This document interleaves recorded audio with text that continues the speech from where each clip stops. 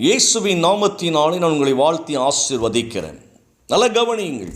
லூக்கா 2:16 வாசிக்கின்ற பொழுது, அவர்கள் தீவிரமாய் வந்து மரியாளையும் யோசேப்பையும் முன் அணையிலே கிடத்தி இருக்கிற பிள்ளைகளையும் கண்டார்கள். ஒரு அழகான வேதத்தினுடைய ரகசியம்.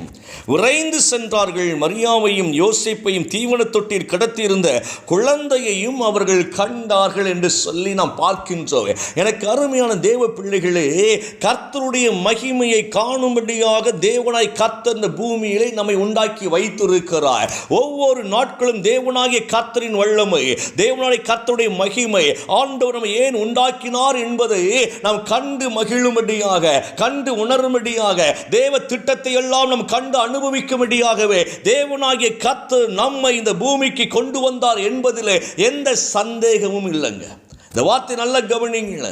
மேய்ப்பர்கள் அவர்கள் ஆடுகளை மேய்த்து இரவிலே அவர்கள் கிடையிலே கிடத்தி அவர்கள் உறங்கிக் கொண்டிருக்கிறார்கள். அதை காத்து கொண்டும் இருக்கிறார்கள்.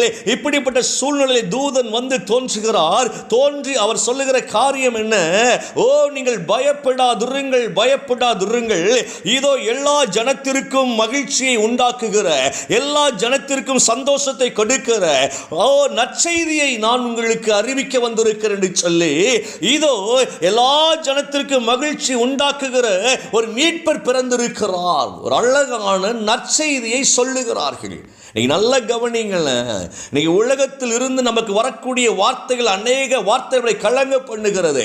தினமும் நியூஸை பார்த்தா துர்ச்செய்தியாகவே காதுல வந்து விழுகிறது. விசேஷமா இப்ப கூட பாருங்களேன், மீண்டும் கொரோனா படையெடுத்து வந்து கொண்டிருக்கிறது. என்னமோ ஒரு பெரிய போர்க்களத்துல இந்த நாட்கள் நிற்க எல்லாரையும் பயமுறுத்தின மாதிரி மீண்டும் கோலியாத் அது படையெடுத்து வருகிறது அப்படின்னு சொன்ன மாதிரி இந்த நாட்களில் ஒவ்வொரு வியாதிகளினுடைய கிருமிகளை குறித்து ஒவ்வொரு நாட்கள் செய்தி பரபரப்பாய் வந்து கொண்டிருக்கிறது. இந்த பரபரப்பான துர்ச்செய்தியை கண்டு மக்கள் கலங்குவதை பார்க்க முடிகிறது. எனக்கு அருமையான தேவ பிள்ளைகளே, ஒன்றை புரிந்து கொள்ள வேண்டும். உலகத்திலிருந்து புறப்படுகிற அநேக துர்ச்செய்திகள் உண்டு.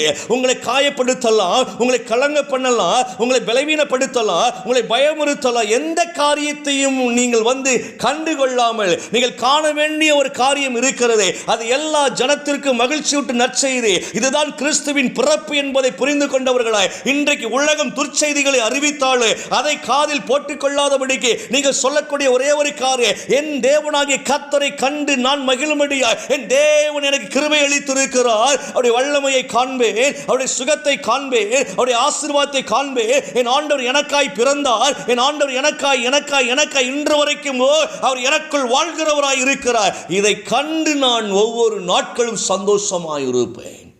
எப்போ மனுஷனுக்கு சந்தோஷம்? இந்த வேதம் ரொம்ப அழகாய் சொல்லுகிறது. உங்களுக்காக தாவீதின் ஊரிலே எல்லா ஜனத்திற்கும் மகிழ்ச்சி ஊட்டுகிற நற்செய்தி பிறந்திருக்கிறது. சூப்பர்லாங்க. எல்லா ஜனத்திற்கும் மகிழ்ச்சி ஊட்டு நற்செய்தி ஏன் மேய்ப்பர்களுக்கு அறிவிக்க வேண்டும்? அவங்க பாட்டுக்கு வேலையை பார்க்குறாங்க, அவங்க பாட்டுக்கு கடையில் ஆடுகளை மேய்த்து கடையில் கிடைத்து இருக்கிறார்கள், அவங்க பாட்டுக்கு அவங்க வாழ்க்கை ஓடிக்கொண்டிருக்கிறது.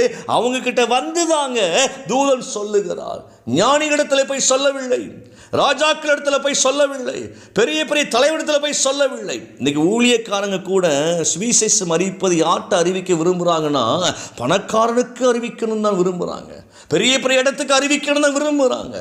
நான் ஒன்று சொல்லுவேன், தரித்திரர்களுக்கு சுவிசேஷத்தை அறிவிக்கத்தான் தேவன் நம்மை வைத்திருக்கிறார். தரித்திரவான்கள் ஐஸ்வர்யவான்களை மாறுவதற்காக சுவிசேஷம் அறிவிக்கப்பட வேண்டியதாக இருக்கிறதுங்க. இன்னைக்கு இந்த இடத்துல நல்லா புரிந்து கொள்ளுங்க. இவர்கள் தரித்திரவான்களாக இருந்தார்கள். மேய்ப்பர்கள் சமாதானம் இல்லாமல், சந்தோஷம் இல்லாமல், பலவீனம் உள்ளவர்களாக இருந்தார்கள். அவர்களை செலக்ட் பண்ணி தூதன் சொல்லுகிறார், நீங்கள் காண்பீர்கள். இந்த வார்த்தையை பிடித்து கொண்டார்கள். நமக்கு என்னையா, எங்க யார் வருதா நமக்கு என்ன? உலகத்துக்கே சந்தோஷத்தை கொடுக்கிற நற்செய்தி, அதுக்கு எதுக்கு நம்ம போகணும் என்றெல்லாம் அவர்கள் யோசிக்கல. எவனுக்கோ ஒருத்தர் சந்தோஷப்பட போற, அதுல போய் நம்ம என்னதை செய்ய போற அப்படின்னு கூட நம்ம யோசிக்கல. நீங்க நல்லா கவனிங்க. ஒவ்வொரு தேவ பிள்ளையும் உலகத்தினுடைய வெளிச்சமாய் இருக்கும்படியாக தேவனை காண தேவன் கிருபை கொடுத்திருக்கிறார். நாம் பெற்ற மகிழ்ச்சி உலகமெங்கும் அறிவிக்கப்பட வேண்டிய கடமையாக இருக்கிறது. முதலாவது என்ன செய்ய வேண்டும்? இந்த வார்த்தைகளை விசுவாசிக்க வேண்டும். கர்த்தரால் கொடுக்கப்பட்ட வார்த்தை, தூதன் வழியாக கொடுக்கப்பட்ட வார்த்தை, இந்த வார்த்தை அவர்கள் விசுவாசித்தார்கள், விரைந்து சென்றார்கள், இயேசுவை கண்டார்கள், ஆனந்த களிப்பாய் மகிழ்ந்தார்கள், அவர்கள் திரும்பி வந்தார்கள். எனக்கு அருமையான தேவ பிள்ளை, கர்த்தருடைய பிறப்பு ஒரு கொண்டாட்டத்தின் பிறப்பு.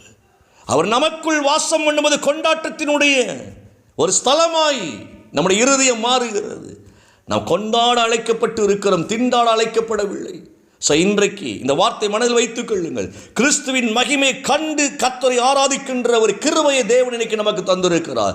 காண்போம், ஆண்டவரை ஆராதிப்போம், காண்போம், கிறிஸ்துவை வெளிப்படுத்துவோம், கர்த்தருடைய மகிமை கண்டு நமக்குள்ளும் சந்தோஷத்தை கொண்டாடுவோம். தேவன் உங்களை மகிழ்ச்சியால் நிரப்புகிறவராய் இருக்கிறபடியினால் கலங்காதிருங்கள். கண்களை மூடுவோம். பிதாவே, எங்கள் பிள்ளைகளை ஆசீர்வதிக்கிறேன், இயேசுவின் நாமத்தில் ஆசீர்வதிக்கிறேன். ஆண்டவரே, இந்த கிறிஸ்து பிறப்பினுடைய நற்செய்தி ஒவ்வொன்றும் எங்கள் வாழ்க்கையில் நீங்க ஆண்டவரை வெளிப்படுத்துவதற்காய் ஸ்தோத்திரம்.